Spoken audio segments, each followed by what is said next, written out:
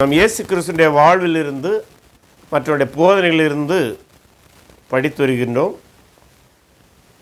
அவனமாக சென்ற நாள் வரை நாம் மத்தேயு எழுதின சுவிசேஷம் 5ஆம் அதிகாரத்திலிருந்து ராஜாவாகிய இயேசு கிறிஸ்து தன்னுடைய ராஜ்யத்தின் குடிமக்களை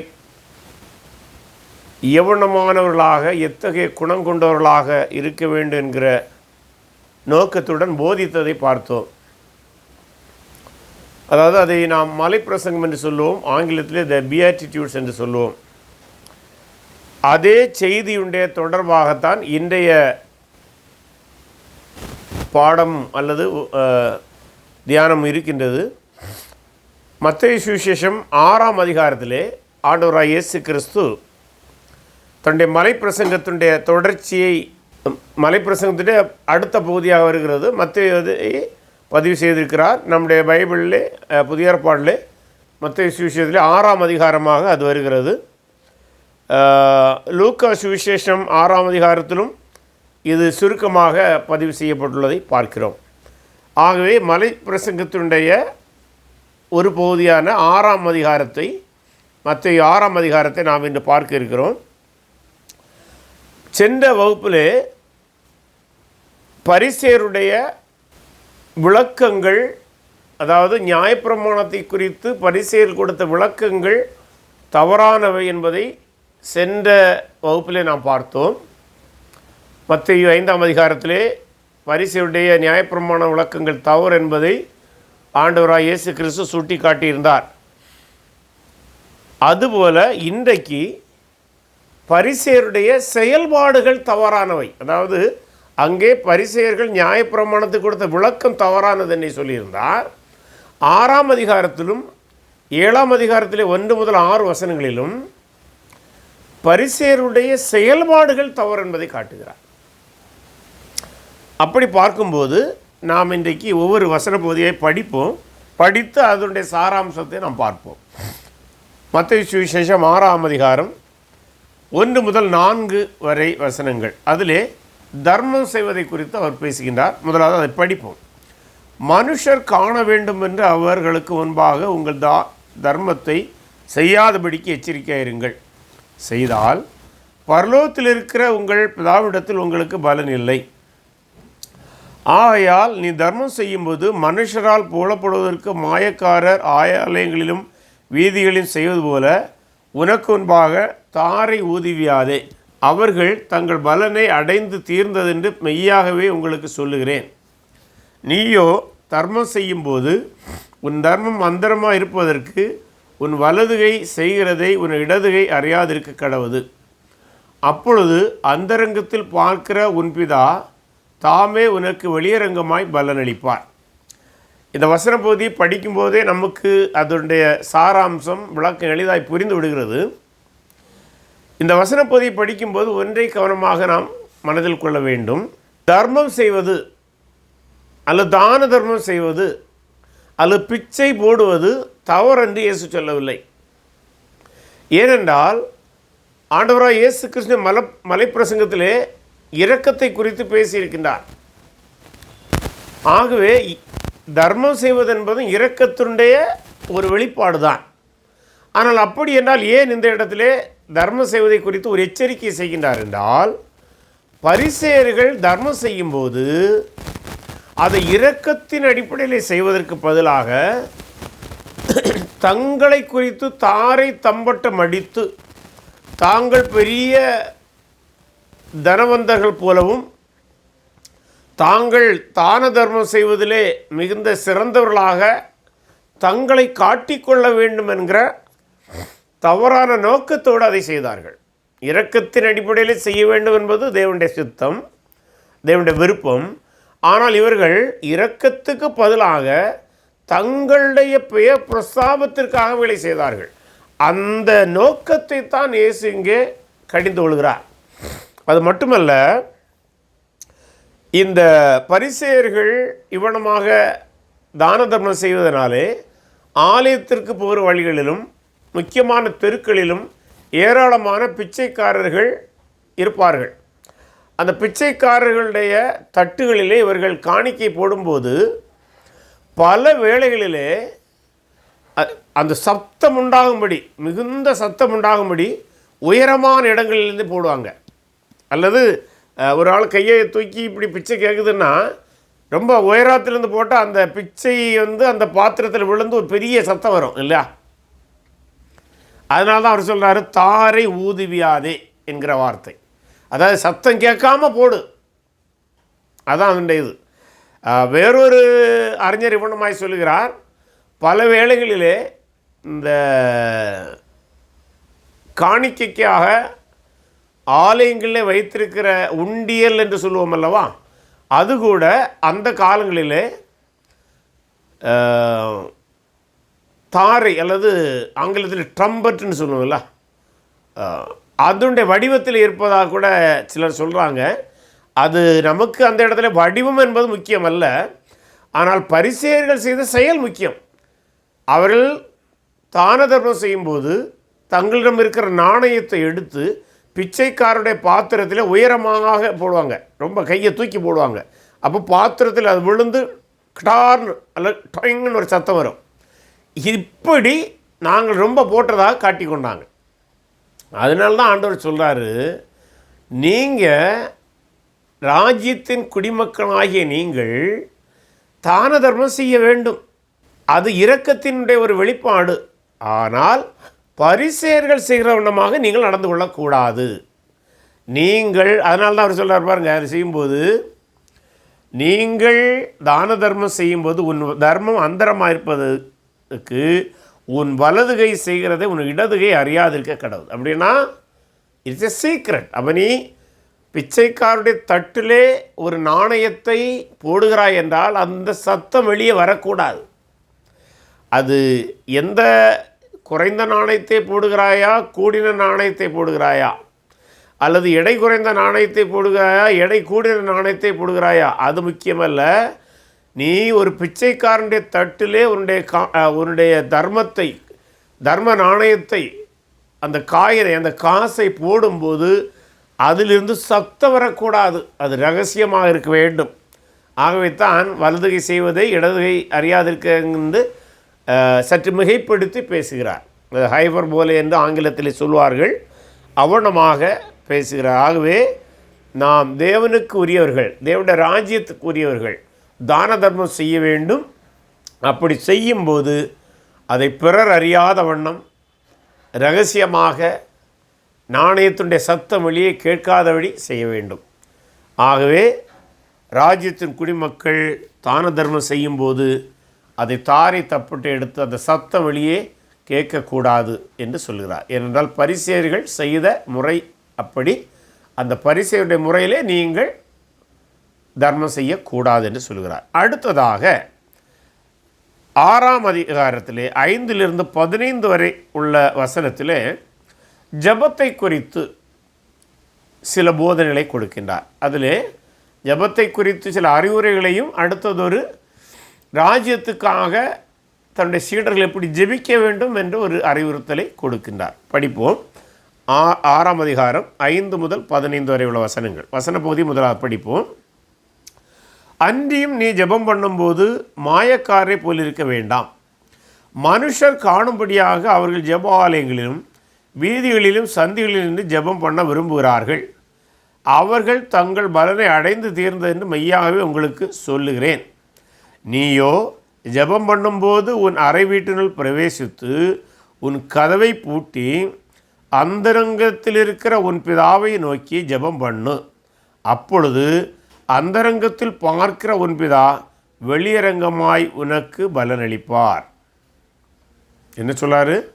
நீங்கள் எப்படி தான தர்மம் செய்யும்போது நீங்கள் போடுகிற காசுடைய அல்லது நாணயத்தினுடைய சத்தம் பாத்திரத்தை விட்டு வெளியே வரக்கூடாதோ, அதுபோல் நீங்கள் ஜபிக்கும் போது உங்களுடைய சத்தம் வெளியே வரக்கூடாது. ஏன்னா இதுவும் பரிசேயர்கள் ஜெபம் செய்த முறையில் உள்ள ஒரு தவறு. ஏன்னா அவங்க அநேக வேளைகளிலே ஆலயத்திலும் கைகளை உயர்த்தி கொண்டு நின்று, அந்த கைகளை உயர்த்தி நின்று ஜெபிப்பு தவறல்ல, அந்த இடத்துல சற்று கவனமாக இருக்க வேண்டும். அது சரணாகதி அடைவதற்கு ஒரு அடையாளம் என்று சொல்வார்கள். அல்லது தங்களுடைய நாங்கள் பரிசுத்தமாக இருக்கிறோம் கரை திரை அற்றவர்களாக இருக்கிறோம் என்பதற்கு அடையாளம் என்று சொல்வார்கள். அது எப்படி இருந்தாலும் கைகளை உயர்த்தி ஜெபிப்பது அல்ல அங்கே முக்கியம். அவர்கள் ஆலயத்தில் ஜெபிக்கும் போதும் அல்லது தெருவிலே ஜெபிக்கும் போதும் தங்களுடைய சத்தத்தை உயர்த்தி தங்களை மிகுந்த பக்திமான்கள் என்று காட்டுவதற்காக அதை செய்தார்கள். ஆகவே தான் ஆண்டவர் சொல்கிறாரு, அவங்கள் அதற்குரிய பலனை அடைந்தாங்க. ஏன் பலனை அடைந்தாங்க? இப்படி ஜெபிக்கிறதுனால மக்கள் இவர்களை பக்திமான் என்று புகழ்ந்து பேசினார்கள். அப்போ என்ன சொல்கிறாரு? அவர்கள் ஆண்டவரிடம் ஜெபித்தது போல ஜெபித்தாலும் ஆண்டவர் கேட்க வேண்டும், அதற்கு அவர் பலனளிக்க வேண்டும் என்பது அவருடைய நோக்கம் அல்ல. அவருடைய நோக்கம் நாங்கள் ஜெபிப்பதை 4 பேர் பார்த்து அல்லது தெருவில் செல்கிறவர்கள் பார்த்து எங்களை புகழ வேண்டும். அப்போ என்ன செய்வாங்க? இவங்களை புகழ்ந்து விடுவாங்க. அப்போது தேவன் பலனளிப்பதற்கு முன்பாகவே மனிதர்கள் இவர்கள் புகழ்ந்து பேசுவதனால் அவர்களுடைய ஜெபத்துக்கான பலன் அவர்களுக்கு கிடைச்சிட்டது. அது சற்று சிலேடையாக கூட சொன்னார் என்று கருதலாம். ஆகவே அவர்கள் தேவனிடத்திலிருந்து இனிமேல் வேறு எந்த பலனையும் எதிர்பார்க்கக்கூடாது.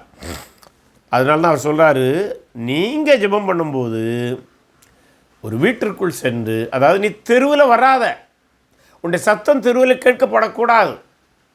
நீ தேவனோடு உறவு கொள்ளும்போது தேவ சமூகத்திலே அல்லது உன்னுடைய வீட்டிலே தனி அறையிலே உன்னுடைய சத்தம் வெளியே கேட்காதபடி தேவனோடு ஜெபி என்று சொல்கிறார். மிக அருமையான ஆலோசனை இல்லையா?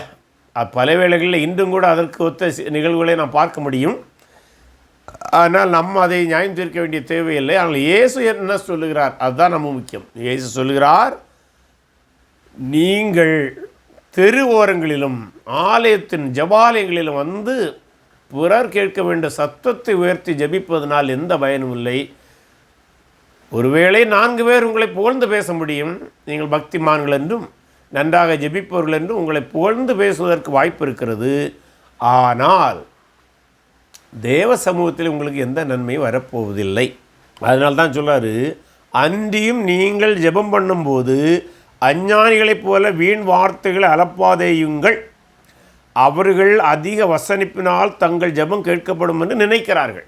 இது என்னென்னா, அந்த கிரேக்கர்களும் ரோமர்களும் அல்லது அந்த நாடுகளிலே உள்ள விக்கிரகங்களை வணங்குகிறவர்கள் மந்திரங்களை ஒலிப்பது போல் தேவையற்ற வார்த்தைகளை மீண்டும் மீண்டும் சொல்லி, அப்படி சொல்லுவதனால் அந்த சொல்லும்போது அந்த மந்திரத்திலே ஒரு அதிர்வு அல்லது ஒரு வைப்ரேஷன் உண்டாவதாகவும், அந்த வைப்ரேஷன் மூலம் அந்த கடவுள் தூண்டப்பட்டு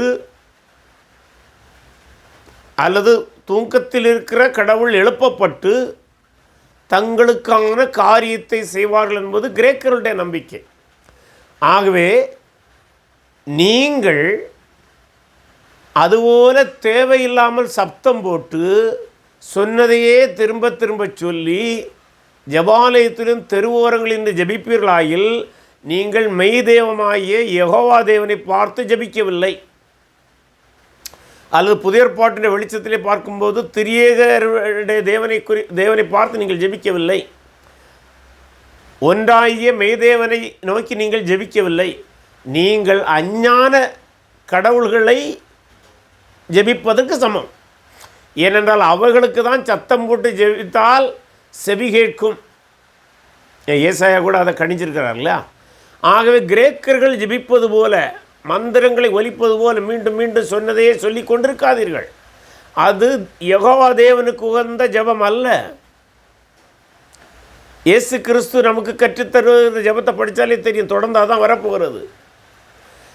சொல்ல வேண்டியதை தேவனை புகழ்ந்து அவரை ஆராதித்து அந்த தேவைகளை மன உருக்கத்தோடு அவருடைய சமூகத்தில் வைத்தால் போதும்.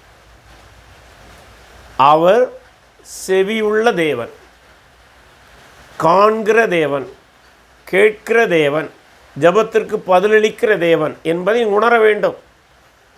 கிரேக்க தெய்வங்களைப் போல தூங்கிக் கொண்டிருப்பதாகவும் நீங்கள் மந்திரங்களை உச்சரிக்கும் போது மட்டுமே அவர் எழும்பி உங்களுடைய விண்ணப்பங்களுக்கு பதிலளிப்பது போலும் நீங்கள் கருதாதீர்கள். அப்படி செய்வீர்களாயில் நீங்கள் கிரேக்கர்களை போன்ற மனதுடையவர்கள், கிரேக்க தெய்வங்களை வணங்குவதற்கு ஒப்பாக நீங்கள் செயல்படுகிறீர்கள். பரிசேயர்களை பார்த்து அவனமாக சொல்கிறார். ஆகவே பரிசேயர்கள் இப்படி ஜெபிக்கலாம், ஆனால் ராஜ்யத்தின் குடிமக்களாகிய நீங்கள் அப்படி ஜெபிக்கக்கூடாது. அப்படின்னா நீங்கள் எப்படி ஜெபிக்கணும்? நீங்கள் ஜெபிப்பது, நீங்கள் ஜெபிக்கிற சத்தம் உங்கள் வீட்டை விட்டு வெளியே வரக்கூடாது. அதாவது நீங்கள் தெருவிலே வந்து ஜெபிக்கக்கூடாது. ஆலயத்தில் ஜெபித்தால் கூட எந்த அளவுக்கு உங்களுடைய சத்தம் அமைதியாக இருக்கிறதோ அந்த அளவுக்கு நல்லது. அன்னாள் எப்படி ஜெபித்தாள்? அவளுடைய வாய் அசைந்தது, சப்த வெளியே கேட்கவில்லை. அந்தரத்தில் கேட்ட தேவன் அவளுடைய ஜெபத்துக்கு பதில் கொடுத்தார். அதுபோலத்தான் இங்கேயும் ஆண்டவர் சொல்கிறார். அடுத்த சொல்கிறாரு 8வது, அவர்களைப் போல நீங்கள் செய்யாதிருங்கள். இப்படி பரிசேயர்கள் தெருவிலே சப்தமிட்டு ஜெபிப்பது கிரேக்க தெய்வங்களுக்கு ஜெபிப்பதுக்கு ஒப்பானது. ஆகவே தயவு செய்து ராஜ்யத்தின் குடிமக்களாகிய நீங்கள் இப்படி ஜெபிக்கக்கூடாது. நீங்கள் 8வது வசனம், உங்கள் பிதாவை நோக்கி நீங்கள் வேண்டிக் கொள்கிறதற்கு முன்னமே உங்களுக்கு இன்னது தேவை என்று அவர் அறிந்திருக்கிறார். காட் நோஸ் இல்லை, கவலைப்படாதுங்கள் என்று சொல்லும்போது சொன்னார், உங்களுக்கு உங்களுடைய தேவையை அவர் அறிந்திருக்கிறார்.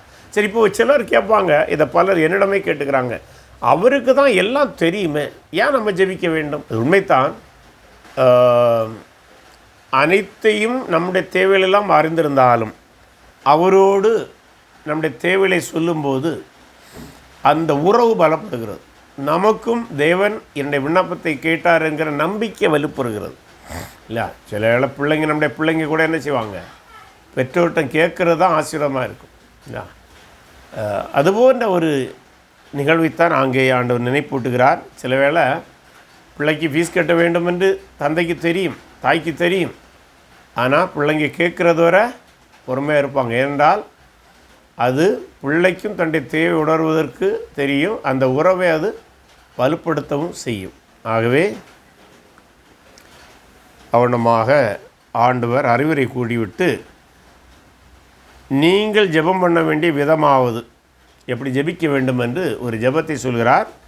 அந்த ஜெபம் ராஜ்யத்தை குறித்து ஜெபிக்க வேண்டியதாக இருக்கிறது. ஏனென்றால் ராஜ்யம் வர வேண்டும், மேலும் ராஜ்யத்தை நிறுவுவதற்கு தான் இயேசு வந்திருக்கிறார்.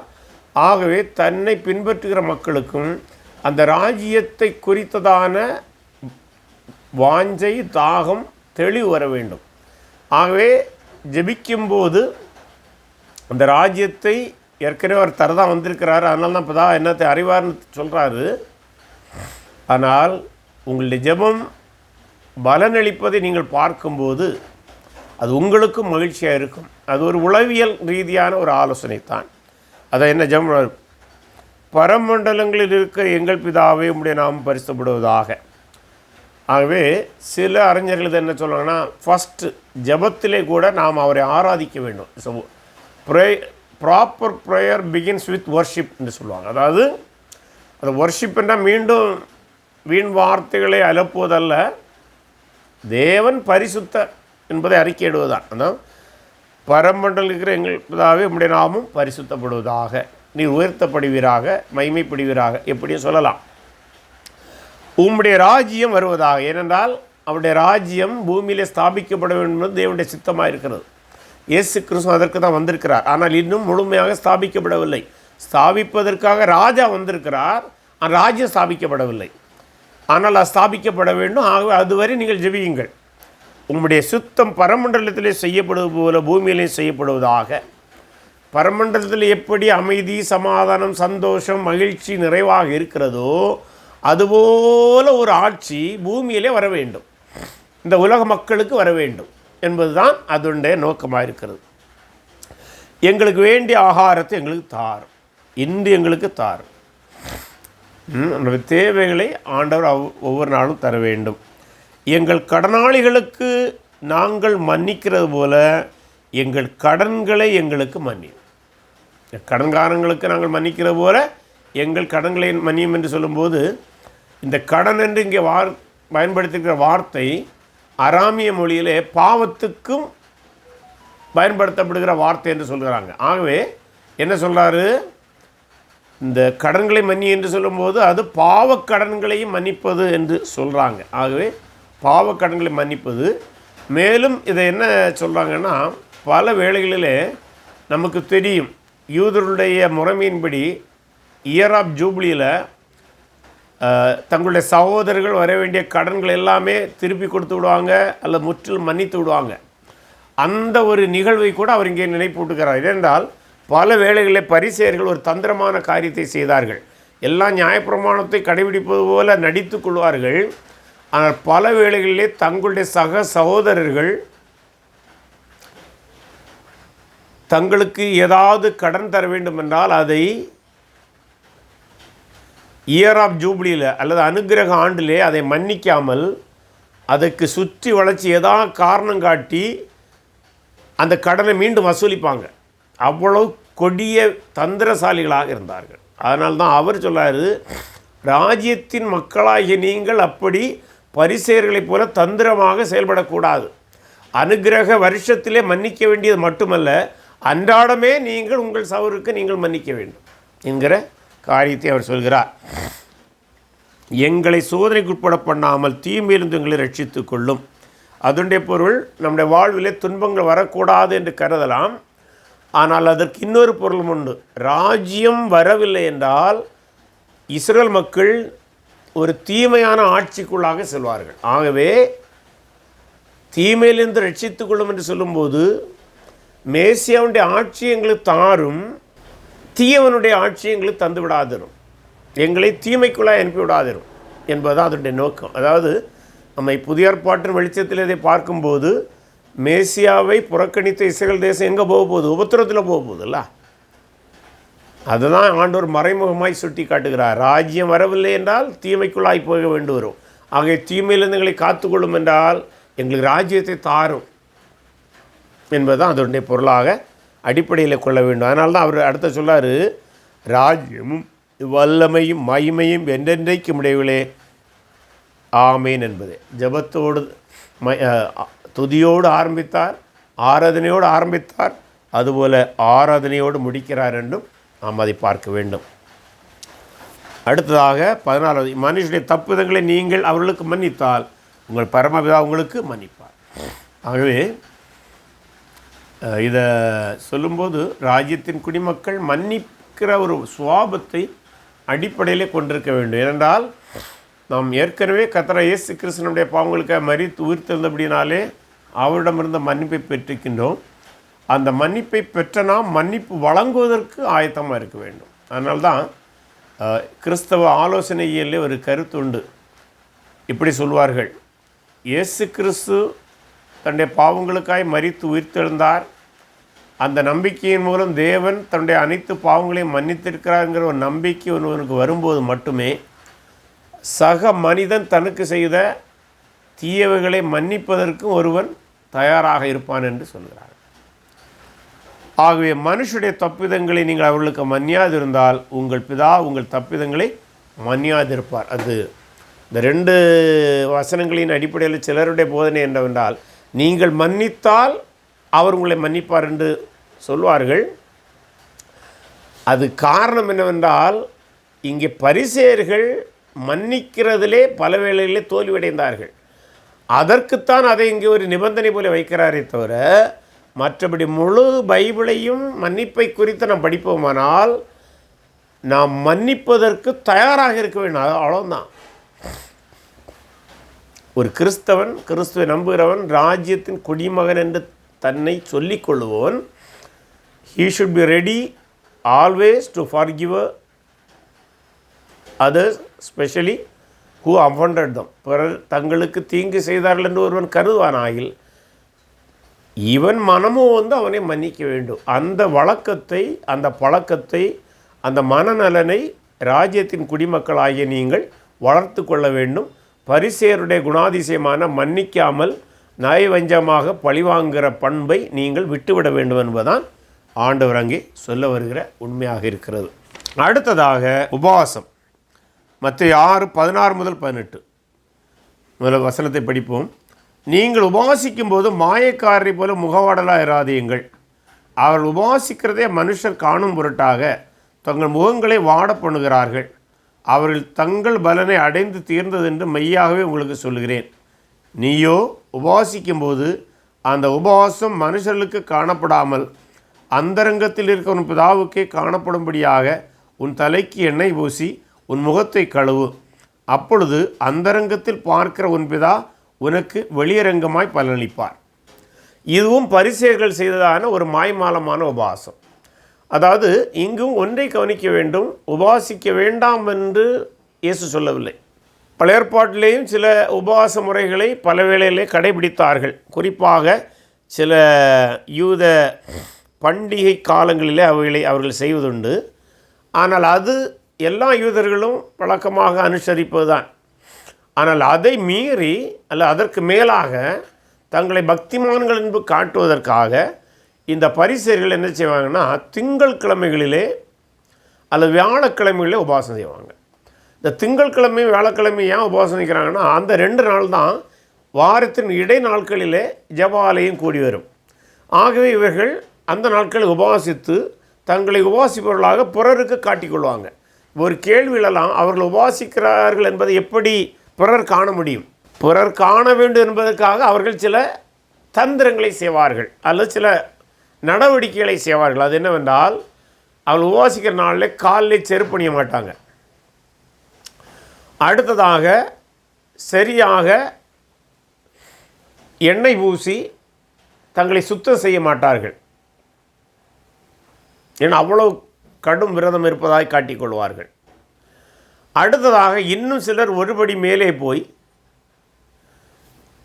சாம்பல் அல்லது புழுதியை எடுத்து தங்களுடைய நெத்தியிலே பூசிக்கொள்வார்கள், அல்லது முகத்திலே போட்டுக்கொள்வாங்க. இப்படியெல்லாம் போட்டிக்கொள்வாங்க.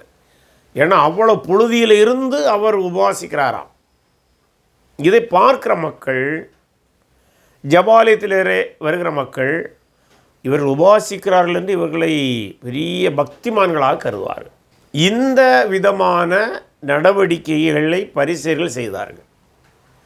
ஆகவே தான் ஆண்டவராய் இயேசு கிறிஸ்து இத்தகைய உபவாசம் செயல்பாடுகளை ஆண்டவர் கண்டிக்கிறார். ஏனென்றால் ஏசாயா 58ஆம் அதிகாரத்திலே நாம் படிக்கும்போது தேவனுக்கு உகந்த உபவாசம் என்னவென்று நாம் பார்க்கின்றோம். நீ உபவாசிக்கும்போது ஏழைகளுக்கு இறங்குவதுதான் எனக்கு பிடித்த உபவாசம் என்று சொல்கிறார். விதவைகளை கவனிக்க வேண்டும், கைவிடப்பட்டவரை திக்கற்றவர்களை கவனிக்க வேண்டும். அதுதான் எனக்கு உகந்த உபவாசம் என்பதுதான் ஆண்டவருடைய போதனை. தீர்க்கதரிசிகள் அதைத்தான் உணர்த்தினார்கள். ஆனால் பரிசேயர்களுக்கு அதெல்லாம் முக்கியமல்ல. பரிசேயர்கள் ஏற்கனவே எப்படி தான தர்மம் செய்யும்போது தங்களுடைய தம்பட்டத்தை அடித்தார்களோ, அதுபோல் ஜெபித்த போது வீண் வார்த்தைகளை தெருவிலும் ஜபாலயத்திலும் அள்ளி தெளித்தார்களோ, இல்லை நம்ம வார்த்தையில் சொல்லுவாங்கள்ல வாய்ச்சவடால் என்கிற வண்ணமாக, அதுபோல் உபாசிக்கும் போதும் மாய்மாலத்தை காட்டுகிறார்கள். ஆகவே தான் ஆண்டவராயே சொல்கிறாரு, இந்த பரிசேயருடைய இந்த உபவாசத்தினாலே எந்த பயனும் கிடையாது. ஆகவே நீயோ உபாசிக்கும் போது அந்த உபவாசம் மனுஷருக்கு காணப்படாமல் அந்தரங்கத்தில் இருக்கிற உன் பிதாவுக்கே காணப்படும்படியாக உன் தலைக்கு எண்ணெய் பூசின் முகத்தை கழுவு. அதனால் நீ என்ன செய்யணும்? ஜபாலயத்துக்கு இடை நாட்களில் வரும்போது ஒருவேளை நீ உபவாசம் செய்திருந்தால் கூட நீ இந்த பரிசேயர்களைப் போல தலையிலே பொழுதை போட்டு கொண்டு வரக்கூடாது, எண்ணெய் பூசாமல் வரக்கூடாது, முகத்தை கழுவாமல் வரக்கூடாது, செருப்பு அணியாமல் வரக்கூடாது. செருப்பு அணியாமல்லாம் ஆலயத்துக்குள்ளே வரல, தெருவில் நடக்கும்போது. ஆகவே இவ்வளவு மாய்மாலங்களை பரிசைகள் செய்தாலும் ராஜ்யத்தின் புத்திரராகிய நீங்கள் உபாசிக்கும்போது இந்த மாய்மால வேலைகளை செய்யாமல் நீங்கள் உபாசிப்பது உங்களுக்கும் தேவனுக்கும் மட்டும் தெரிந்த அளவில் இருந்தால் போதும். என்றால் அந்தரங்கத்தில் இருக்கிற தேவன், அந்தரங்கத்தில் இருக்கிற பரமபிதா உன்னை காண்கிறார், அவருடைய தேவையை அறிந்திருக்கிறார், உனக்கு பலன் அளிப்பார் என்று ஆண்டவர் உபவாசத்தை குறித்து போதிக்கின்றார். அடுத்ததாக மத்தேயு 6:19-24 செல்வம் அல்லது பொக்கிஷம் அல்லது பணத்தை குறித்து போதிக்கின்றார், அல்லது பொருளாசை குறித்து போதிக்கின்றார் என்று கூட சொல்லலாம். வசனத்தை படிப்போம். பூமியிலே உங்களுக்கு பொக்கிஷங்களை சேர்த்து வைக்க வேண்டாம், இங்கே பூச்சியும் துருவும் அவைகளை கெடுக்கும், இங்கே திருடரும் கன்னமிட்டு திருடுவார்கள், பரலோகத்திலே உங்களுக்கு பொக்கிஷங்களை சேர்த்து வையுங்கள், அங்கே பூச்சியாவது துருவாவது கெடுக்கிறதும் இல்லை, அங்கே திருடர் கன்னமிட்டு திருடுவதும் இல்லை. உங்கள் பொக்கிஷம் எங்கே இருக்கிறதோ அங்கே உங்கள் இருதயமும் இருக்கும். கண்ணானது சரீரத்தின் விளக்காக இருக்கிறது. உன் கண் தெளிவாக இருந்தால் உன் சரீரம் முழுவதும் வெளிச்சமாக இருக்கும். உன் கண் கெட்டதாக இருந்தால் உன் சரீரம் முழுவதும் இருளாக இருக்கும். இப்படி உன்னிலுள்ள வெளிச்சம் இருளாக இருந்தால் அவ்விருள் எவ்வளோ அதிகமாயிருக்கும். 2 எஜமான்களுக்கு ஊழியம் செய்ய ஒருவனாலும் கூடாது. ஒருவனை பகைத்து மற்றவனை சிநேகிப்பான், அல்லது ஒருவனை பற்றி கொண்டு மற்றவனை அசட்டை பண்ணுவான். தேவனுக்கும் உலகப் பொருளுக்கும் ஊழியம் செய்ய உங்களால் கூடாது என்று சொல்கிறார். அதாவது பரிசேயர்கள் மத்தியிலே ஒரு எண்ணம் இருந்தது. அது என்னவென்றால், பக்தி உள்ளவன் பணக்காரனாக இருப்பான். அதை மாற்றி சொன்னால், நாங்கள் பணக்காரராக இருப்பதே நாங்கள் பக்திமான்கள் என்பதுக்கு அடையாளம் என்று கருதினார்கள். அதற்கு ஒரு காரணம் உண்டு. உபாகமம் 28ஆம் அதிகாரத்திலே படிக்கும்போது ஆண்டவர், நீங்கள் என் வார்த்தைகளை கை கொண்டால், என்னுடைய கட்டளைகளுக்கு கீழ்ப்படிந்தால் உங்களை ஆசீர்வதிப்பேன் என்று ஏராளமான ஆசீர்வாதங்களை சொல்லியிருக்கிறார். நமக்கு தெரியும். ஒன்றை கவனிக்க வேண்டும், அது இஸ்ரவேல் தேசம் முழுமைக்கான ஆசீர்வாதம். இஸ்ரவேல் தேசம் முழுமையமாக கர்த்தருடைய உடன்படிக்கைக்கு கீழ்ப்படிந்து நடக்கும்போது அந்த முழு தேசமும் எவ்வளமாய் ஆசீர்வதிக்கப்படும் என்பதுதான் அந்த ஆசீர்வாத வார்த்தைகள். ஆனால் இதை அவர்கள் சரியாக புரிந்து கொள்ளாமல் தங்கள் தனிப்பட்ட வாழ்க்கைக்கு மட்டும் அதை எடுத்துக்கொண்டு அவங்க நினைச்சாங்க, நாங்கள் பணக்காரனாக இருக்கிறதுனால தேவன் எங்களோடு இருக்கிறார்னு கருதினார்கள், அல்லது தேவனுக்கு ஏற்றபடி நாங்கள் நடக்கிறபடினாலே நாங்கள் பணக்காரராக இருக்கிறோம் என்று கருதினார்கள். ஆண்டவர் இந்த எண்ண ஓட்டத்தை, இந்த கருத்தை, இந்த சித்தாந்தத்தை, இந்த பரிசேயருடைய தவறான புரிந்து கொள்ளுதலையும் மற்றும் அதன் அடிப்படையில் வந்த தவறான செயல்பாட்டையும் அவர் கண்டிக்கிறார். அதனால்தான் அவர் என்ன சொல்றார்னா, நீங்கள் இந்த உலக செல்வமானது அழிந்து போகும் என்பதை காட்டுவதற்குத்தான் பூச்சிந்திரவளை கெடுக்கும் என்றார். ஏன்னா பல வேளைகளில் பணக்காரர்கள், பரிசேயர்கள், பொருளாசை உடையவர்கள் ஏராளமாக சம்பாதிச்சு ஆங்காங்கே ஒழிச்சு வைப்பாங்க. பல வேளைகளில் அவங்க அந்த நாணயங்கள் துருப்பிடித்து போவது கூட உண்டு. திருடர்கள் அதை எடுத்து போவது உண்டு. இப்படி பல செயல்கள் நடக்கும். அது அன்றும் இன்னும் எப்போதும் அப்படி தான், அதை மாற்ற ஒன்றும் இல்லை. ஆகவே ஆண்டவர் சொல்கிறாரு, நீங்கள் பொருளாசைக்காகவே உங்களுடைய பொருளாதார திருப்தியை அடைவதற்காக மட்டும் நீங்கள் வாழ்ந்து விட வேண்டாம். பரலோகத்திலே உங்களுக்கு பொக்கிஷங்களை சேர்த்து வைங்கள், அங்கே பூச்சியாவது துருவாவது கெடுக்கிறதும் இல்லை, அங்கே திருடர் கன்னமிட்டு திருடுகிறதும் இல்லை. அப்படின்னா பரலோகத்தில் கொண்டு நம்முடைய பணத்தை வைக்க முடியுமா? அப்படியல்ல. அது மறைமுகமாக சொல்வதாக இருந்தால் பரலோகத்துக்குரிய அந்த பரலோகங்கிற வார்த்தை பல வேளை தேவனுக்கு மாறாக பயன்படுத்துகிற வார்த்தை, தேவனுக்கு பதிலாக பயன்படுத்துகிற வார்த்தை. ஆகவே தேவனுக்கு உரிய விதத்திலே நீங்கள் பொக்கிஷத்தை செய்வீங்க. அதை சொல்லும்போது இன்றைய பொருளை சொல்வதனால் சட்டத்துக்குட்பட்டு பொருளை சேமிப்பதும் அது உட்பட்டது தான். ஆகவே மேலும் பரத்தில் இருக்கிற பரமபிதா மகிழ்ச்சி அடையும்படியாக நீங்கள் பொக்கிஷத்தை செய்வீங்கள். அப்படி சொல்லும்போது மறைமுகமாக இரக்கம் செய்தல், முறையான தான தர்மம் செய்தல், தேவையான அளவு சேமித்தல், தேவைக்கு அதிகமாக சேமித்து தங்கள் வாழ்நாளை பணத்துக்காக வாழாதிருத்தல் போன்ற அனைத்தும் உள்ளடக்கம்தான். அதான் சொல்லாரு, உங்கள் பொக்கிஷம் எங்கே இருக்கிறதோ அங்கே உங்களுக்கு இருதமே இருக்கும். இது ஒரு உளவியல் வார்த்தை என்று சொல்ல முடியும் இல்லையா? நம்ம பொக்கிஷம் பேங்கில் இருக்கிறேன்னா நம்முடைய சிந்தனை பூரா பணம் அங்கே இருக்குது என்கிற ஒரு எண்ணம் வந்துவிடும் இல்லை? நம்ம instead of depending God may depend on the treasure available in our banks இல்லையா? அந்த ஒரு நம்பிக்கை, தேவனை விட்டு நம்பிக்கை வேறு இடத்திற்கு சென்று விடும். அதைத்தான் அவர் அங்கே சுட்டி காட்டுகின்றார். அதுபோல் கண்ணானது சரீரத்தின் விளக்காக இருக்கிறது. உன் கண் தெளிவாக இருந்தால் உன் சரீரம் முழுவதும் வெளிச்சமாயிருக்கும். அதாவது அந்த பலவேளையில் அதனுடைய பார்வைகள், அதாவது பொருளாதாரத்தை குறித்த பார்வையாக இருந்தாலும் சரி, அது சிலர் என்ன சொன்னாங்கன்னா, அந்த காலத்திலே ஒரு நம்பிக்கை இருந்தது, கண்ணிலிருந்து வெளிச்சம் சென்று பார்க்க முடிகிறதுன்னு ஒரு எண்ணம் இருந்தது. ஆனால் நமக்கு சயின்ஸில் அல்லது இன்றைக்கு நம்ம என்ன தெரிஞ்சிருக்கிறோம், வெளிச்சம் உள்ளே போவதனால்தான் பார்வை கிடைக்கிறது. ஆனால் இங்கே அந்த சயின்டிஃபிக் காரியத்தை அடிப்படையில் ஆண்டவர் பேசவில்லை. ஏனென்றால் சயின்ஸ் அவர் இங்கே விளக்க வரவில்லை, மாறாக ஒரு தத்துவத்தை விளக்கிறார். அது என்னவென்றால், உன்னுடைய பார்வை தெளிவாக இருக்க வேண்டும். உன்னுடைய பார்வை தெளிவாக இருக்குமானால் அது உன்னுடைய வாழ்வுக்கு பலனளிக்கும். அதுதான் அவர் எளிதாக சொல்ல வருகிற வார்த்தை. அது மேலும் இந்த பரிசேயரிடம் ஒரு நடக்க இருந்தது. அவர்கள் யார் ஒரு நம்ம ஏற்கனவே அவங்களுக்கு தெரியும், பலவிதமான மாய்மாலங்களை அவர்கள் செய்வார்கள் என்று.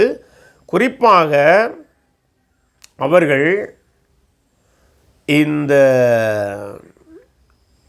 சமூகத்தை அவர்கள் பார்க்கும்போது தேவனுக்கு உகர்ந்த விதத்தில் அவைகளை பார்ப்பதில்லை. தங்களுக்கு எது தோன்றுகிறதோ அல்லது தங்களுடைய பார்வையிலிருந்து பார்த்தார்கள். அவ்வித பார்வையானது தவறு என்பதை ஆண்டவர் சொல்கிறார். சரி, அப்படியானால் சமூகத்தை எப்படி பார்க்க வேண்டும்? சமூகத்தை குறிப்பாக பண காரியங்களிலே தேவனுடைய பார்வையிலிருந்து சரியாக பார்க்க வேண்டும். தேவனுடைய பார்வையிலிருந்து பார்க்கும்போது இந்த இடத்துல ஏற்கனவே பொக்கிஷத்தை சேர்த்து வைக்கிறோன்னெல்லாம் சொல்கிறாரு. அடுத்த பரலோகத்திலேயும் சேர்த்து வைங்கன்னெலாம் சொன்னார். அப்போ பரலோகத்தில் சேர்க்க வேண்டும் என்றால் உன்னுடைய கஞ்சத்தனத்திலிருந்து நீ வெளியே வர வேண்டும். பரிசேயர்கள் பொருளாசையினாலே பல வேளை மிகுந்த கஞ்சத்தில் இருந்தாங்க. ஆகவே சக மனிதனுக்கு உதவி செய்வதிலே கூட அவர்கள் மாய்மாலமாக தான தர்மம் செய்தார்களே தவிர செய்ய வேண்டும் என்கிற நோக்கத்தில் செய்யவில்லை. அதனால்தான் உன்னுடைய பார்வை தெளிவாக இருந்து பரலோகத்திலே பொக்கிஷத்தை சேர்க்க வேண்டும் என்றால் நீ கஞ்சனாக இல்லாமல் மெய்யான தான தர்மம், இங்கே மறைமுகமாக அதை கொடுக்குற சில அறிஞர்கள் சொல்வது இட்ஸ் எ கிவிங் தான். நீங்கள் லிபரலாக ஏழைகளுக்கு கொடுப்பதனாலே பரலத்திலே பொக்கிஷத்தை சேர்த்து வைக்கிறீர்கள் என்பதை தான் சொல்ல வருது. ஏன்னா அழிந்து போதில்லை. நீங்கள் உங்கள் பார்வை, அதாவது கஞ்சத்தனமான பார்வை விட்டு ஏழைகளுக்கு உதவ வேண்டுங்கிற பார்வை பார்க்கும்போது நீங்கள் பரத்திலே பொக்கிஷத்தை சேர்த்து வைக்கிறீர்கள். ஆகவே இந்த கண் பார்வையானது நீங்கள் சமூகத்திலே உள்ள பிறரை பார்ப்பதும், அந்த பிறரை பார்க்கும்போது உங்களுடைய செல்வத்தை நீங்கள் கவனமாக செலவழிக்கிறீர்கள் என்பதை சொல்வதாக அறிஞர்கள் குறிப்பிடுகிறார்கள். அது மட்டுமல்ல, முக்கியமான ஒரு இடத்துக்கு வருகிறார். 2 எஜமான்களுக்கு ஊழியம் செய்ய ஒருவனாலும் கூடாது. ஒருவனை பகைத்து மற்றவனை சிநேகிப்பான், அல்லது ஒருவனை பற்றி கொண்டு மற்றவனை அசட்டை பண்ணுவான். தேவனுக்கும் உலக பொருளுக்கும் ஊழியம் செய்ய உங்களால் கூடாது. அதுன்றது மம்மோன் என்கிறதான அராமிய வார்த்தையே இங்கே இருப்பதாக சொல்லுவாங்க, அல்லது அதனுடைய மூலத்தினுடைய இந்த வார்த்தை வருவது என்று. பொருளாசைக்கு இணையான வார்த்தை. தேவன் பொருளாசை, அதாவது தேவன் பணம், பணத்தையே கடவுளாக ஒரு பார்க்கிற ஒரு வழக்கம் அந்த நாட்டில் இருந்தது. பல நாடுகளில் அது இருக்கிறது. பணமே கடவுளாக அவர்களுக்கு மாறும். அதனால தான் ஆண்டவர் சொல்கிறார், நீ தேவனை திருப்தி செய்யும்படி வாழ வேண்டும். அதனால தான் நம்ம பார்க்கும்போது கண்ணுக்கு வெளிச்சத்தை பார்க்கும்போதும் மேலே பரலோகத்திலே பொக்கிஷங்களை சேர்த்து வைங்கன்னு சொல்லும்போதும் எல்லாவற்றையும் நம்ம ஒப்பிட்டு பார்க்கும்போது உண்ட பார்வையின் அடிப்படையிலே பரலோகத்திலே நீ பொக்கிஷத்தை சேர்க்க வேண்டும் என்றால் தேவனை திருப்திப்படுத்துகிற ஒரு வாழ்க்கை வாழ வேண்டும். தேவனை திருப்திப்படுத்துவதற்கு தான் வாழ்கிற வாழ்க்கை உகந்ததை தவிர உன்னை திருப்திப்படுத்துவதற்காக, உன்னை மட்டுமே திருப்திப்படுத்துவதற்காக பணம்தான் உனக்கு திருப்தியை தரும் என்கிற வாழ்க்கை வாழாதே. ஏனென்றால் தேவன் தருகிற திருப்தி பணம் தருகிற திருப்தி. பணம்தான் திருப்தி செய்யும் என்று நீ வாழ்வாயானால் நீ தேவனுக்கு உகந்த வாழ்க்கையை வாழ முடியாது. அதனால்தான் 2 எஜமானுக்கு செய்ய முடியாது. அப்படியானால் பணத்துக்கும் திருப்தி செய்ய, பண ஆசையும் திருப்தி செய்ய வேண்டும், தேவனையும் திருப்தி செய்ய வேண்டும் என்கிற வாழ்வு பல வேளைகளிலே சரியான பார்வை அல்ல. அதெல்லாம் மேல்வசனத்தில் அது சொல்கிறார். ஆகவே நீங்கள் தேவனை திருப்தி செய்ய வேண்டுங்கிற வாழ்க்கை வாழ்வது நல்லது. இப்போ ஒருவேளை அடிப்படையில் ஒரு ப்ராக்டிக்கலாக ஒரு கேள்வி கேட்கலாம், அப்படின்னா நம்ம பணமே வாங்கக்கூடாது, அந்த பொருளை சொல்லவில்லை. பணத்திற்காகவே வாழ்ந்து உங்களுடைய வாழ்க்கையை முடித்து விடாதீர்கள். உழைக்க வேண்டும், அதுக்கு பைபிள் தடையில்லை, இயேசுவும் தடையில்லை. உழைத்து சம்பாதித்து பிள்ளைகளுக்கு சேர்த்து வைக்க வேண்டும் என்று பைபிளே சொல்கிறது. ஆனால் சிலருடைய வாழ்க்கையை பார்த்திங்கன்னா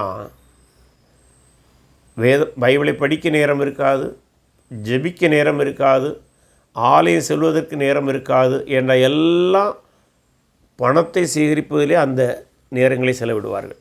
அதுதான் பணத்தால் திருப்தி அடையும் வாழ்க்கை அல்லது பணத்திற்காக வாழ்கிற வாழ்க்கைக்கான அறிகுறிகள்.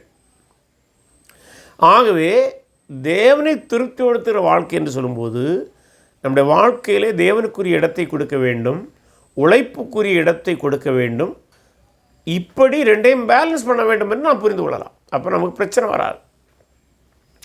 அதை விட்டு தேவனை தேடுவதற்கு நேரமில்லை என்று சொல்லிவிட்டு பணத்தையே தேடிக்கொண்டிருப்பது தவறு. அல்லது ரெண்டையும் தேடிக்கொண்டிருக்கிறேன் என்று சொல்லிவிட்டு எதிலும் திருப்தி அடையாத ஒரு வாழ்வு. தேவனுடைய சமூகத்தில் வந்தாலும் அவங்களுக்கு திருப்தி இருக்காது, பணத்தை வச்சாலும் திருப்தி இருக்காது. இரண்டும் கெட்டான நிலை, அதுவும் தவறானது. ஆகவே தான் பண ஆசையை குறித்து பேசும்போது இவனமாக நீங்கள் ராஜ்யத்தின் மக்கள் உங்கள் வாழ்விலே அடிப்படை தேவன் திருப்தி அடைய வேண்டும். அவனமான வாழ்க்கை நீங்கள் வாழ்வீர்களாயில் நீங்கள் அனைத்திலும் திருப்தி அடைந்தவர்களாக இருப்பீர்கள். ஏனென்றால் தேவன் உங்களுடைய தேவைகளை சந்திப்பார், பரமபிதா அனைத்துக்கும் உணவளிப்பவர். மேலும் உங்களுடைய வாழ்க்கையிலும் பணம் தராத திருப்தியை, செல்வம் தராத திருப்தியை, செல்வம் தராத பாதுகாப்பை தேவன்தான் தர முடியும். ஏனென்றால் செல்வம் அழிந்து போகலாம், தேவனோடு உள்ள உறவு அழியாது, நிலையானது. அடுத்ததாக கவலை அல்லது விசுவாச குறைவை குறித்து பேசுகின்றார். அது மத்தேயு 6 அதிகாரம் 25 அந்த அதிகாரம் முடிய உள்ள வசன பகுதிகள். கவலை குறித்து நமக்கு தெரிந்த வசனங்கள் தான், ஆனால் நான் அதை படிப்போம். ஆகையால் எண்ணத்தை உண்போம், எண்ணத்தை குடிப்போம் என்று உங்கள் ஜீவனுக்காகவும், எண்ணத்தை உடுப்போம் என்று உங்கள் சரீரத்துக்காகவும் கவலைப்படாதீர்கள் என்று உங்களுக்கு சொல்லுகிறேன். ஆகாரத்தை பார்க்கலும் ஜீவனும் உடைகளை பார்க்கலும் சரீரமும் விசேஷித்தவைகள் அல்லவா. ஏன்னா இந்த பரிசேயர்கள் நாம் பலமுறை பார்த்துருக்கின்றோம், பைபிள்லேயும் சொல்லப்படும் பொருள் ஆசையுடையவர்கள். ஆகவே எந்த விதத்திலாவது சம்பாதிப்பதற்கு முயல்வார்கள். அப்படி சம்பாதிப்பதனாலே அவர்கள் பல வேளைகளிலே நாளை தினத்தை குறித்து கவலை கொண்டவர்களாக இருந்தார்கள். ஏற்கனவே பார்த்தோம்ல, தேவனை திருப்தி பண்ணாத வாழ்க்கை, 2 எஜமானுக்கு பணி செய்ய முடியாது. மேலும் நாளைக்கு என்ன சாப்பிடுவேன், நாளைக்கு என்ன உடுப்பேங்கிற பரிசலுடைய எண்ணத்தினாலே அவர்கள் வாழ்வை மகிழ்ச்சியாக கழிக்க முடியவில்லை. என்றால் தேவனோடும் அவங்களுக்கு சரியான உறவு இல்லை, கிடைக்கிற எந்த பொருளை அவர்கள் திருப்தி ஆவதும் இல்லை. ஆகவே அவர்கள் இயல்பாகவே மனநிலையிலே மறுநாளை குறித்து, தங்களுடைய சந்ததியை குறித்து கவலை கொண்ட ஒரு வாழ்க்கை வாழ்ந்தார்கள். அதான் சொல்கிறாரு, ஆகாயத்து பட்சிகளை கவனித்து பாருங்கள், அவைகள் விதைக்கிறதும் இல்லை, அறுக்கிறதும் இல்லை, களஞ்சியங்கள் சேர்த்து வைக்கிறதும் இல்லை, அவைகளையும் உங்கள் பரமபிதா பிழைப்பூட்டுகிறார். அவைகளை பார்க்கல நீங்கள் விசேஷித்தவர்கள் அல்லவா. இல்லை, ஆண்டவர் அனைத்தையும் படைத்தார். அந்த மனிதனை தனது சாயலை படைத்தார். தான் படைத்த ஒரு சிறு பறவைக்கு கூட அவர் ஒரு நாள் கூட உணவளிக்காமல் அவைகள் சென்றதில்லை. இல்லை, இயல்பாகவே எதா பறவையாவது கம்ப்ளைண்ட் பண்ணித்தான் நமக்கு தெரியாது, அவருடைய பாஷை நமக்கு தெரியாது. ஆனால் நடைமுறை வாழ்விலே உலகத்திலே பார்க்கும்போது எந்த பறவையும் உணவில்லாமல் மரித்ததாக நமக்கு தெரியாது. எல்லாம் எங்கேயாவது சென்று அன்றாட உணவை அவைகள் பெறுகின்றன. அதை ஆண்டவர் பிழைப்பூட்டுகின்றார். அப்படி இருக்கையில் உங்களை அவர் கவனிக்க மாட்டாரா? ராஜ்யத்தின் குடிமக்களாகிய உங்களை அவர் கவனிக்க மாட்டாரா? உங்களை போஷிக்க மாட்டாரா? அப்படி இருக்க நீங்கள் ஏன் தேவையற்ற கவலைகளை வைத்து கொண்டிருக்கிறீர்கள்? கவலைப்படுகிறனாலே உங்களில் எவன் தன் சரீர அளவோடு ஒரு முழத்தை கூட்டுவான்? இது ஒரு கேள்வியாக கேட்கின்றார். ஏனென்றால் இது ஒரு உளவியலாக நம்மை சிந்திக்க தூண்டுகிறது. கவலை ஒருபோது நம்முடைய வாழ்க்கையில் எதையும் கொண்டு வருவதில்லை. ஆனால் பரிசேயர்கள் பணத்திற்காகவே வாழ்ந்தபடியினாலே, நாளைய தினத்தில் என்ன செய்வேன் என்று சிந்தித்து கொண்டிருந்தபடினாலே அது அவர்களுக்கு கவலையாகவும் மாறிப்போனது. அல்லது கடவுளுக்குரிய இடத்தை அந்த கவலை எடுத்துக்கொண்டது. தேவனுடைய மகிழ்ச்சி இருக்க வேண்டிய இடத்திலே, தேவன் தருகிற திருப்தி இருக்க வேண்டிய இடத்திலே கவலை அவர்களை ஆட்கொண்டதை பார்க்கின்றோம். அடுத்து மேலும் அதோடு இல்லாமல் சொல்கிறாரு, உடைக்காக நீங்கள் கவலைப்படுகிற என்ன, காட்டு புஷ்பங்கள் எப்படி வளர்கிறது என்று கவனித்து பாருங்கள், அவை உழைக்கிறதும் இல்லை நூற்கிறதும் இல்லை என்றாலும் சாலமன் முதலாய் தன் சர்வ மகிமையில் அவைகளில் ஒன்றை போலாகிலும் உடுத்தி இருந்ததில்லை என்று உங்களுக்கு சொல்கிறேன். மிக அருமையான நேர்த்தியான ட்ரெஸ் எல்லாம் அந்த காலத்தில் தாவரங்களிலிருந்து தான் செய்யப்பட்டது, தோலாடைகளை தவிர. அந்த தாவரங்களுடைய பூக்களை அவர் ஒப்பிடுகிறார். அது மட்டுமல்ல, ஒரு அறிஞர் குணமாய் சொல்கிறாருங்க, அந்த காலத்தில் அந்த பூக்களில் செடிகளெல்லாம் வெட்டி புல் போன்றவைகளை பல வேளையில் அதை எரிப்பார்கள், எரித்து குளிர் காய்வதெல்லாம் உண்டு. அவ்வளோ அழகான பூ கூட குளிர் காய்வதற்கு அக்கினியிலே போடப்படுகிறது. ஆனால் அதைவிட மேலான சாலமோன் கூட அப்படிப்பட்டதை உடுத்தியதில்லை. இந்த இயற்கையான செடிகளுக்கு ஆண்டவர் இவ்வளோ அழகை கொடுப்பானால், அதாவது ஒரு நாள் வாழக்கூடிய செடிகள் அல்ல ஒரு நாள் பூத்திருக்கிற பூக்களுக்கு இவ்வளவு அழகை கொடுத்திருக்கிற தேவன் அதைவிட விசேஷித்த உங்களை எவ்வளவு நிச்சயமாக உடுத்துவிப்பார். அற்ப விசுவாசிகளை இன்றைக்கு இருந்த நாளைக்கு அடுப்பிலே போடப்படும் காட்டு புல்லுக்கு தேவன் இவ்வளவு விதமாக உடுத்துவித்தால் உங்களுக்கு உடுப்பு அதிக நிச்சயம் அல்லவா? அதை நம்ம பார்த்தோன்னமாக அடுப்பில் போடக்கூடிய பூவுக்கு இவ்வளோ அழகை கொடுப்பாரானால் அதிலிருந்து தயாரிக்கப்படுகிற ஆடையை உங்களுக்கு தருகிற தேவன் நிச்சயமாக உங்களையும் உடுத்துவிப்பார் அல்லவா? சாலன் கூட அப்படி ஒடுக்கத்தவில்லை. அவனுடைய அரண்மனையிலே இருந்த அழகான வேலைப்பாடு உள்ள திரைச்சீலைகளுடைய அழகுக்கு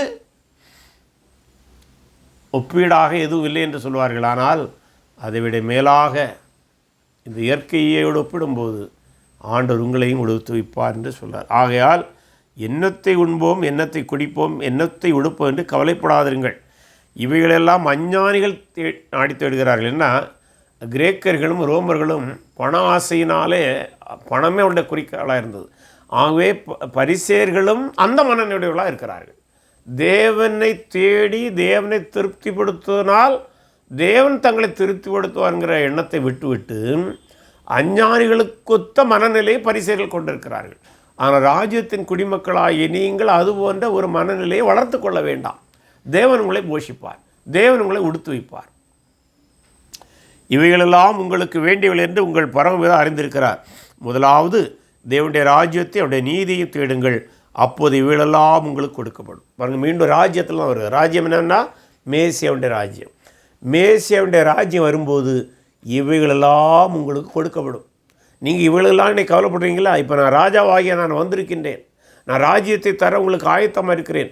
என்னுடைய ராஜ்யத்தை நீங்கள் ஏற்றுக்கொண்டால் இவைகள் அனைத்தும் எந்த குறையும் இல்லாமல் உங்களுக்கு சந்திக்கப்படும். அதுவும் உங்களுக்கு நினைப்பூட்டுகின்றேன். ஆகவே தான் முதலாவது தேவனுடைய ராஜ்யத்தை நீதியும் தேடுங்கள், அவருடைய ராஜ்யம் உங்களுக்கு வரட்டும், உங்களுக்கு வேண்டும்.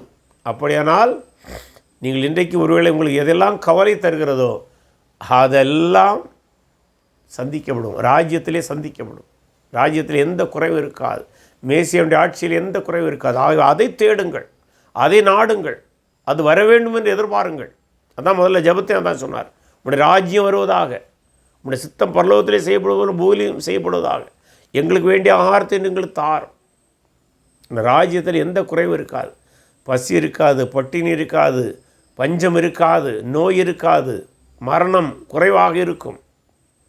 மேசியாவுடைய ஆட்சி எவ்வளோ சிறந்தது என்று தீர்க்கதரிசிகள் சொல்லியிருக்கிறார்கள். ஆகவே நீங்கள் ராஜ்யத்தை தேடுங்கள், பரிசேரை போல தேவையற்றதை தேடாதிருங்கள், கவலையும் படாதிருங்கள், தேவனை உங்களை சந்திப்பார். ஆகையால் நாளைக்காக கவலைப்படாதிருங்கள், நாளை தினம் தன்னுடையவர்களுக்காக கவலைப்படும். அந்தந்த நாளுக்கு அதனுடைய பாடுபோதும். அதாவது அந்தந்த நாளுக்கு அதனுடைய பாடுபோதும் என்றால் அன்றென்றுள்ள அப்பத்தை எங்களுக்கு தாரும் என்று சொன்னார்கள். அதுக்கு ஒத்ததான வார்த்தை. ஏனென்றால் அந்த முதல் நூற்றாண்டிலே இயேசு வாழ்ந்த காலத்திலே காய்கறிகளை தினம் வாங்கி கூட்டு வைப்பாங்க. ஏன்னா அன்றைக்கு ஃப்ரிட்ஜு கிடையாது. அதனால் வெப்பமான அந்த பகுதிகளில் காய்கறிகளை வாங்கி ரொம்ப நாள் வைக்க முடியாது. அன்றென்று வாங்குவாங்க, அன்றன்றைக்கு சமைப்பாங்க. அப்படி அது ஒரு வாழ்க்கை முறை, அன்று இருந்த வாழ்க்கை முறை. அதனால தான் அன்றன்றைக்கு உங்களால் இயன்ற முயற்சிகளை செய்யுங்கள், வேலை செய்யுங்கள், பாடுபடுங்கள், உழையுங்கள். அன்றன்று கிடைக்கிறதை அன்றன்றைக்கு அளவு தேவைக்கு சாப்பிடுங்க. மீதி மிச்சமாகும்போது அதை சேர்த்து வைங்கள். அதாவது பைபிள் இயேசு கிறிஸ்து சேர்த்து வைப்பதற்கு முற்றிலும் எதிரானவர் அல்ல. ஆனால் பண ஆசையோடு வாழ்ந்து விடார்கள் என்பதுதான் எச்சரிக்கையை தவிர கவனமாக இருக்க வேண்டும். ரெண்டுக்கும் உள்ள வித்தியாசம் உண்டு. வாழ்க்கை பணத்திற்காக செலவிடப்படக்கூடாது. வாழ்க்கைக்கான பணம் உங்களுக்கு தேவன் தருவார். ரெண்டையும் நுட்பமாக வேறுபடுத்த வேண்டும். இவ்விடமாக பரிசேயருடைய செயல்பாடுகளை ஆண்டவராய் இயேசு கண்டிக்கின்றார். அதுபோல் 7ஆம் அதிகாரத்தில் 1 முதல் 6 அவளுடைய செயல்பாடை ஒன்றை கண்டிக்கிறார். அது பின்பு அதுக்கு பிற்பாடு போகிறார். மத்திய 7ஆம் அதிகாரம் 1 முதல் 6 வசனங்கள். நீங்கள் குற்றவாளிகள் என்று தீர்க்கப்படாதபடிக்கு மற்றவர்களை குற்றவாளிகள் என்று தீர்க்காதிருங்கள். ஏனெனில் நீங்கள் மற்றவர்களை தீர்க்கிற தீர்ப்பின்படியே நீங்களும் தீர்க்கப்படுவீர்கள். நீங்கள் மற்றவர்களுக்கு அளக்கிற அளவின்படியே உங்களுக்கும் அளக்கப்படும். நீ உன் கண்ணில் இருக்கிற உதிரத்தை உணராமல் உன் சகோதரன் கண்ணில் இருக்கிற துரும்பை பார்க்கிறது என்ன? இதோ உன் கண்ணில் இருக்கையில் உன் சகோதரனை நோக்கி நான் உன் கண்ணில் இருக்கும் துரும்பை எடுத்து போடட்டும் என்று நீ சொல்வதப்படி மாயக்காரனே, முன்பு உன் கண்ணில் இருக்கிற உத்திரத்தை எடுத்து போடு, பின்பு உன் சகோதரன் கண்ணில் இருக்கிற துரும்பை எடுத்து போட வாய் பார்ப்பாய். பரிசுத்தமானதை நாய்களுக்கு கொடாதீங்கள், உங்கள் முத்துக்களை பன்றிகள் முன் போடாதீங்கள். போட்டால் தங்கள் கால்களால் அவைகளை மிதித்து திருப்பி கொண்டு உங்களை பிரிப்போடும். அதாவது இந்த வசனத்தை நம்ம பல வேளைகளில் நாம் எதை தீர்ப்பிட்டாலும் நீங்கள் மற்றவர்களை தீர்க்காதிருங்கள் என்று சொல்லுவாங்க. பிறர் செய்கிற தவறை கண்டித்தால் அதை நீங்கள் மற்றவர்களை தீர்ப்பிடாதீர்கள் என்று சொல்வார்கள். இது அந்த நோக்கத்தில் சொல்லப்பட்டது என்று சிலர் சொல்லவில்லை. அல்லது சொல்வதாக இருந்தால் நல்லது தீயது எது என்பதை வகையறுப்பதை இங்கே தீர்ப்பிடுவது என்று சொல்லவில்லை. அல்லது உண்மை எது பொய் எது என்பதை வகையறுத்து பேசுவதையும் இங்கே நியாயம் தீர்க்கப்படுவது என்று சொல்லவில்லை. மாறாக இந்த வசன பகுதியிலே பரிசேயர்களுடைய உள்நோக்கம் கற்பிக்கிறதான ஒரு செயல்பாடை சொல்கிறார். அதாவது பல வேளையிலே பரிசேயர்கள் பண ஆசையுடையவர்களாக இருந்தபடினாலே பிறர் மீது போய் குற்றச்சாட்டை சாட்டுவது உண்டு. குறிப்பாக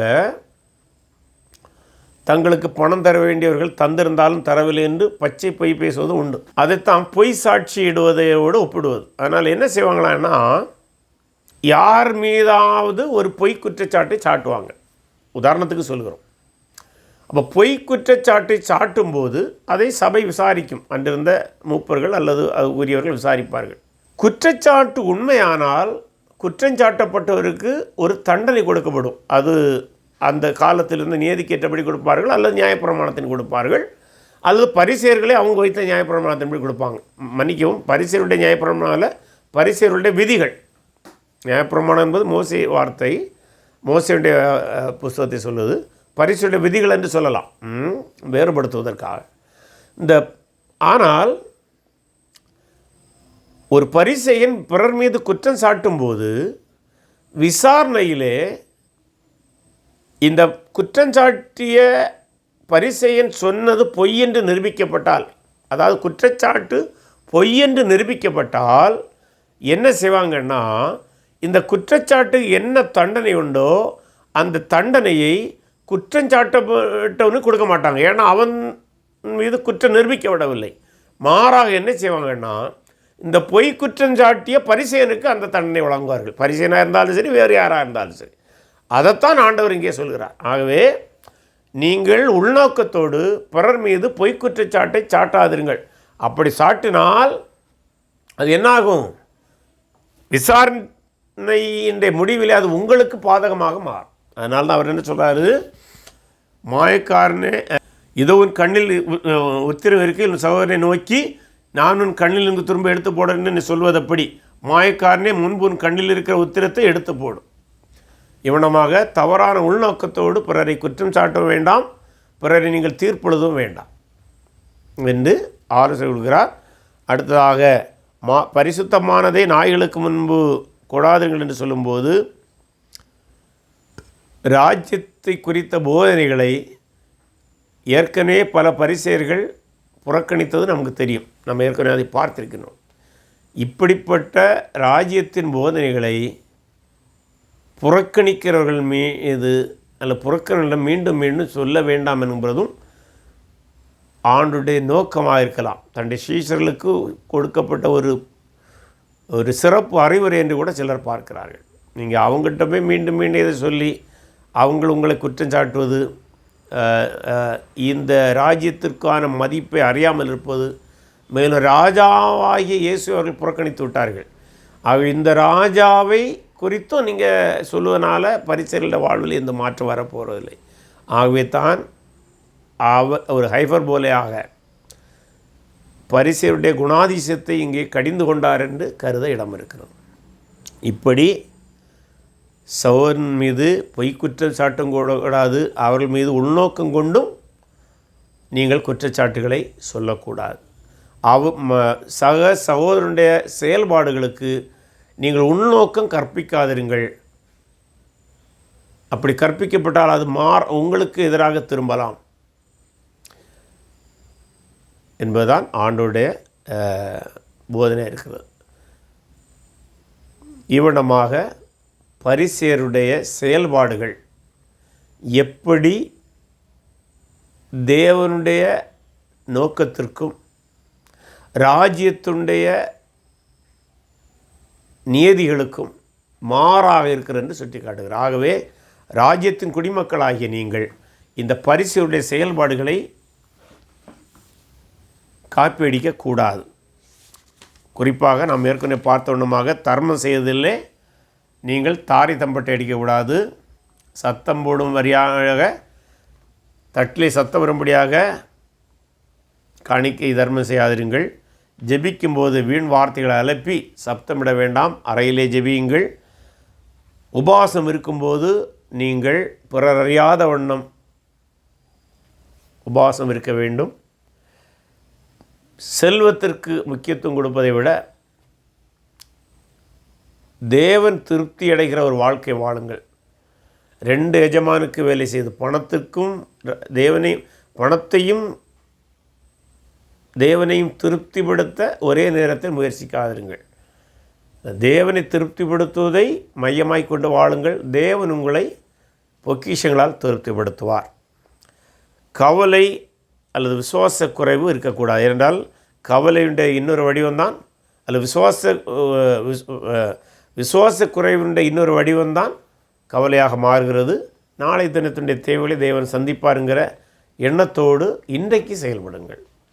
அதுபோல் பிறருடைய செயல்பாடுகள் உள்நோக்கம் கற்பிக்காமல் பொய்க்குற்றச்சாட்டுகளும் அவர்கள் மீது சுமத்தாதிருங்கள். உங்களுடைய வாழ்க்கையை நீங்கள் நேர்மையாக வைத்து கொள்ளுங்கள்.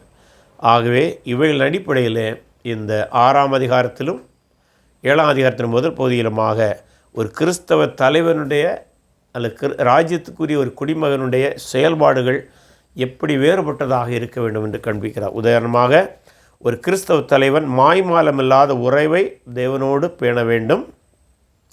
அதுபோல் மாய்மாலமில்லாத வாழ்வை சக மனிதர்களோடும் காண்பிக்க வேண்டும்.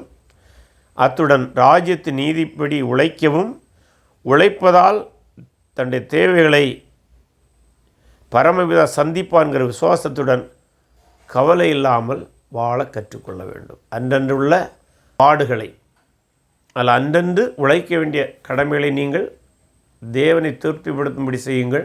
தேவன் உங்களுடைய வாழ்வை திருப்திப்படுத்துவார் என்கிற எண்ணத்தோடு ஒரு கிறிஸ்தவ தலைவன் வாழ வேண்டும்.